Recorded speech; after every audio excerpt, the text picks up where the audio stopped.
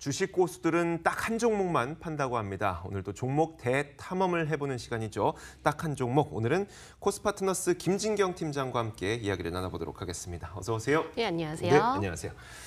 김진경 팀장은 사실 저희 여벤져스를 통해서도 수익률로 실력을 검증했던 인물이었죠. 저희가 지금 딱 한 종목을 통해서 종목에 대한 분석을 한번 내려보도록 하겠습니다. 자, 일단 오늘 저희가 어떤 주제를 준비했냐면 바로 뒤에 띄어나왔습니다. 제가 오늘 오프닝에서도 누차 말씀드렸던 게 이렇게 증시가 너무 출렁이고 있다 보니까 보험주에 투자해도 될 것인가에 대한 질문을 한번 드려보고 싶어요. 어떻습니까? 지금 보험주 투자 괜찮을까요? 네, 지금 연일 계속 시장의 폭락장이 이어지고 있습니다. 굉장히 오르는 종목 그리고 업종을 찾기가 굉장히 좀 어려운 장이 이어지고 있는데 그래도 요즘 시장에서 안정적으로 흐름을 이어가는 업종이 있다면 바로 보험주인 것 같습니다. 지금은 시장이 크게 영향을 받지 않고 민감하게 반응하지 않은 업종이라든지 종목들 위주로 살펴보셔야 되실 것 같은데요. 오히려 지금 이렇게 약세장이 펼쳐지는 상황에서도 보험주들은 대다수가 안정적인 주가 흐름을 만들어 나가고 있고요. 사실 지금 이제 시장 모습을 봤을 때는 여기서 바로 반등세가 아니라 오히려 시장은 조금 더 추가적인 변동성이 나타날 것으로 예상됩니다. 연일 계속적으로 하락장이 이어지는 상황에서 그래도 추세적으로 뭔가 좀 안정을 찾아 나가고 있고 그나마 투자 심리가 위축이 되지 않는 업종군이 지금 현재로서는 보험주이기 때문에 일단 보험주 위주로 이제 현재자에서는 좀 관심을 두시길 바라겠고요. 지금 이제 보험주들의 경우 사실 상반기에는 실적에 대한 우려감으로 굉장히 큰 폭으로 하락하는 모습들도 많이 보였습니다. 하지만 오히려 한 차례 크게 하락을 하고 난 뒤에 이렇게 좀 어려운 장에서도 서서히 바닥을 만들어 나가고 서서히 좀 반등을 완만하게 흘러가는 이제 모습을 보이고 있고요. 이제 막 바닥에서 탈피하는 흐름들이 만들어지고 있기 때문에 굉장히 가격 면에서도 매력이 높아지고 있는 상황인 것 같습니다. 지금 이렇게 많이 하락한 장에서는 오히려 이미 올랐던 종목보다는 많이 하락을 하고 이제 막 반등의 시그널이 나올 수 있는 종목들 위주로 살펴보셔야 되시기 때문에 그러한 의미에서도 보험주 지금부터도 관심을 가져보시기 바라겠고요. 전반적으로 지금 분위기 자체가 보험주들 민감하게 반응을 하지 않고 있기 때문에 현재 이렇게 어렵게 대응하기 힘든 장에서는 리스크 관리에도 유리하다라고 판단되기 때문에 보험업종의 경우 유심 있게 살펴보시기 바랍니다. 근데 보험주에 투자하다 보면 가장 발목 잡히게 되는 게 뭐냐면 정부 정책인 것 같더라고요. 물론 이제 자동차 보험료 오른다, 실손의료보험료 오른다라고 하지만 정부에서는 웬만하면 최대한 비용을 좀 줄이려는 노력을 하다 보니까 보험료에 대한 압박이 좀 있었어요. 이런 것들은 어때요? 정책에 대해서는? 네, 사실 이제 보험주의 경우는 여러 가지 정부의 압박이 있었지만 올해부터는 이런 규제 완화에 대한 기대감이 반영이 되는 것 같습니다. 금리 상승이라든지 규제 완화 이런 부분들이 오히려 주가에는 기대감으로 좀 반영이 되지 않았나라고 판단되고요. 지금 시장이 전체적으로 뭔가 지수를 이끌어갈 만한 요소들이 굉장히 부족한 상황입니다. 그렇기 때문에 개별적으로 어떤 모멘텀이라든지 이슈가 있는 업종들을 좀 살펴보셔야 되실 것 같은데 이렇게 기대감이 최근에 많이 반영이 되고 있는 상황에서 보험주들이 오히려 시장에 강하게 대응하는 모습을 보이고 있지 않나라고 판단되고요.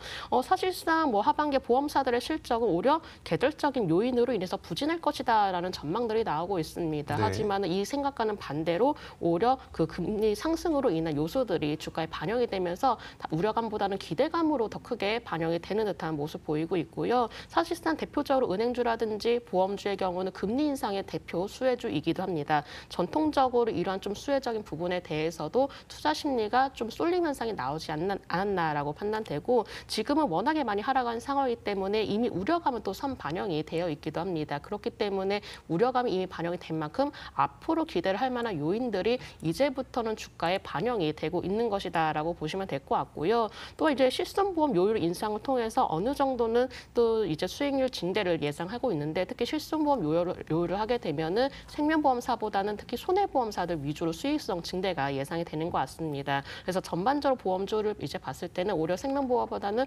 손해보험사 위주로 좀 큰 폭으로 반등이 나오고 있는 것 같고요. 지금부터는 사실 이제 대체적으로 업종이라든지 종목별로 우려간 실적 이런 부분들이 오히려 크게 반응을 하는 반면에 다른 이제 보험주들의 경우는 오히려 기대감이 반대로 반영이 되고 있는 상황이기 때문에 이런 분위기를 조금 살펴보시면은 오히려 보험주에 대해서는 가장 저가에 좀 잡을 수 있는 하나의 기회가 될 수 있지 않나라고도 생각됩니다.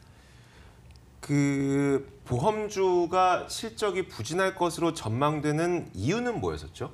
사실 뭐 단기적으로 실적이 네. 부진한 이유는 가장 우려감은 바로 수익성 악화 때문이죠. 네네. 보험사들이 워낙에 좀 사실 상반기에는 크게 실적을 못 냈었기 때문에 오히려 하반기에도 실적 부진이 계속 이어질 것이다라는 전망들도 나왔었고요. 사실상 뭐 바로 이렇게 실적이 개선이 된다, 또 실적이 바로 성장세를 보일 것이다 이런 전망이 나오는 거 아닙니다. 네. 마찬가지로 올해 하반기에도 손해율 하락은 이어질 것이다라고도 이렇게 좀 예상하고 있는데 특히나 올해는 뭐 폭염이라든지 집중호우 이렇게 계절적 요인들이 좀 반영이 되면서 이렇게 손해율 악화로 이어질 수밖에 없는 구조가 됐던 것 같습니다. 또한 이렇게 신계약 경쟁이 계속적으로 이어지고 있기 때문에 오히려 이익적인 부분의 정체가 이어지고 있어서 이런 부분에 대한 불안 요소도 남아있죠. 사실 3, 4분기에도 보험사들 실적은 마찬가지로 기대를 할 만한 요인들이 없습니다. 오히려 우려감이 더 나타나면 나타났지 당장 기대할 만한 요소들은 없지만은 그래도 앞으로 멀리 내다봐서 중장기적인 모습을 살펴보아야 될 것 같습니다. 지금 당장보다는 앞으로 보험사들이 얼마만큼 개선할 수 있을 것이고 얼마만큼 수익성을 낼 수 있을 것이냐 이런 부분들을 꼭 한번 좀 체크를 해보셔야 되실 것 같은데요. 지금 가장 중요한 부분의 경우는 바로 규제 완화인 것 같습니다. 아무래도 뭐 금융권이라 한다면 바로 규제적인 부분에 굉장히 주가가 민감하게 반응하게 되고요. 마찬가지로 보험사들도 뭐 규제적인 부분으로 인해서 한 차례는 뭐 주가가 크게 하락을 하기도 했었고 이런 부분으로 인해서 오히려 실적이 예상보다 나오지 못하는 경우도 많았었는데 올해의 경우는 규제 완화로 인해서 다시금 주가의 방향성이라든지 어떤 분위기상으로 봤을 때 한 번 더 크게 호재거리가 좀 될 수 있는 상황이 되지 않을까라고 판단됩니다. 내년부터 이렇게 좀 적용이 된다라고 하는데요. 지난달 발표가 나왔습니다. 보건복지부 등과 같이 이렇게 당국에서는 기존 실손 상품에 대해서 소폭 인상을 사실상 승인을 한 상황인데요. 만약에 내년에 일시적으로 적용이 된다면은 대체적으로 어떤 좀 실적 개선폭이 실질적으로 크게 이루어지지 않을까라는 긍정적인 전망들이 나오고 있고요. 어쨌거나 주가의 경우는 뭐 이미 선반영이 되기도 하고 또 앞으로 나올 내용에 대해서 미리 주가가 오르는 경향들이 많습니다. 일단 보험주의 경우 내년도에 어떤 수익성 개선이라든지 지금보다 더 나은 상황들 그리고 규제 완화 이런 소식들이 나와주고 있기 때문에 이제부터라도 좋은 긍정적 영향이 방영이 된다면은 보험주들의 경우는 오히려 좀 내년 초부터는 한 차례 기대를 해볼 수 있는 섹터이지 않나라고 판단되고요. 지금 사실상 시장이 워낙에 어렵다 보니까는 특히 방어주로서도 매력이 높아지는 것 같습니다. 지금 현재 이렇게 민감한 장에서는 뭐 통신주라든지 이렇게 보험주 등 같이 방어주로서의 매력이 높아지는 업종군들의 관심이 모아지기 마련인데 워낙 이렇게 시장이 좀 흔들흔들하니까 아무래도 크게 민감하지 않은 업종군에 관심을 둘 수밖에 없을 것 같고요. 이런 현재 분위기상으로 봤을 때도 충분히 어느 정도 좀 리스크 관리 차원 부분에서도 관심을 가져볼 섹터이지 않나라고 판단됩니다. 워낙 이제 보험주들의 경우가 낙폭과대가 된 상황이기 때문에 물론 밸류에이션 부분에서도 매력이 높아지고 있고요. 만약에 내년도에 가서도 어떤 추가적인 규제 완화가 이루어지게 된다면은 오히려 보험주에 대해서는 한 차례 업그레이드가 될 수 있는 어떤 좀 요인이 될 수 있지 않나라고 판단됩니다. 그 방어주라고 하는 게 그 경험상 어떻습니까? 방어주에 투자를 하게 되면 사실 그 금융시장이 불안한 것은 아주 오래 가진 않잖아요. 아주 큰 이벤트가 발생하지 않는 이상.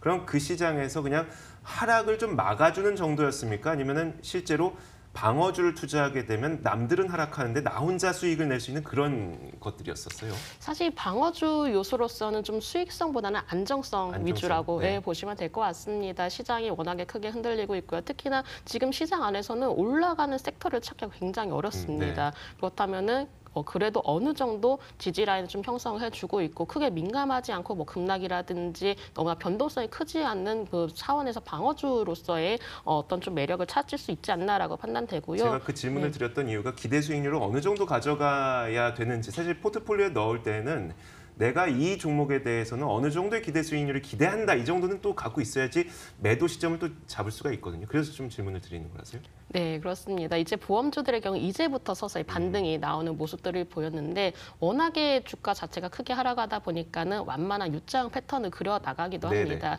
근데 반면에 이렇게 시장이 굉장히 불안할 때는 많이 낙폭과되는 종목들도 오히려 더 신저가를 쓰는 종목들도 굉장히 많습니다. 오히려 이런 부분에 대해서는 최소한 피하자라고 좀 생각을 해야 되기 때문에 지금은 민감하지 않게 반응하고 있는 방어주로서의 좀 더 매력적인 요소를 더 찾아볼 수 있지 않나라고 판단되고요. 보험주도 또 마찬가지로 마찬가지로 이렇게 힘든 시장 안에서도 오히려 반대로 반등이 또 시도가 되는 종목들이 굉장히 많습니다. 특히나 그렇기 때문에 보험주라든지 요즘 또 통신주 이렇게 방어주적인 면에서도 어쨌든가 어려운 시장 안에서 쉽게 좀 대응할 수 있는 섹터이기 때문에 힘든 시장 안에서는 이렇게 조금 민감하지 않고 변동성이 크지 않은 업종군들 위주로 살펴보시면 좋으실 것 같습니다. 알겠습니다. 자, 보험주 가운데는 또 어떤 종목을 선택해야 될지 그 종목에 대한 이야기도 한번 들어봐야 되겠죠. 근데 앞서 말씀해 주셨던 게 손해보험사와 생명보험사가 있다면 일단 실손의료보험을 생각했을 때에는 손해보험사 쪽에 조금 더 무게를 주신 것 같아요. 손해보험사 가운데 종목 하나 꼽아오셨죠? 네, 제가 이 안에서 탑픽 종목 현대해상에 대해서 네네. 말씀을 드려보도록 하겠습니다. 현대해상도 마찬가지로 고점에서 많이 하락하면서 이제 막 반등을 시도하는 종목 중에 하나인데 네. 최근 들어서 가장 매력이 높다라고 한다면 바로 기관에서 적극적으로 매수가 유입이 되고 있다는 점이죠. 기관의 매집을 통해서 이제 막 이평선 자체도 정비율을 서서히 만들어가고 있는 흐름이기 때문에 충분히 바닥권은 탈피를 했다라고 보시면 되실 것 같고요. 2분기 실적도 시장 예상치에 부합하는 기록을 발표를 했습니다. 그렇기 때문에 오히려 실적에 대한 부분은 대부분 해소가 된 상황이다라고 보셔도 되실 것 같습니다.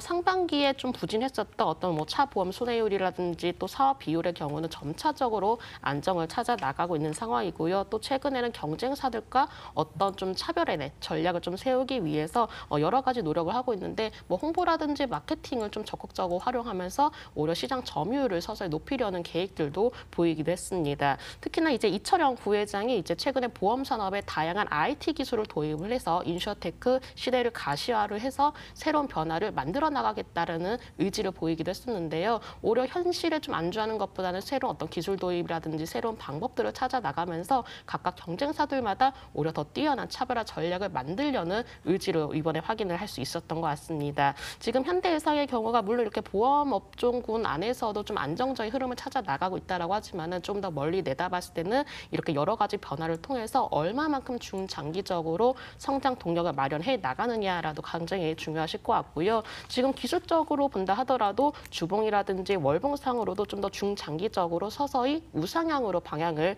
만들어가는 흐름을 보이고 있습니다.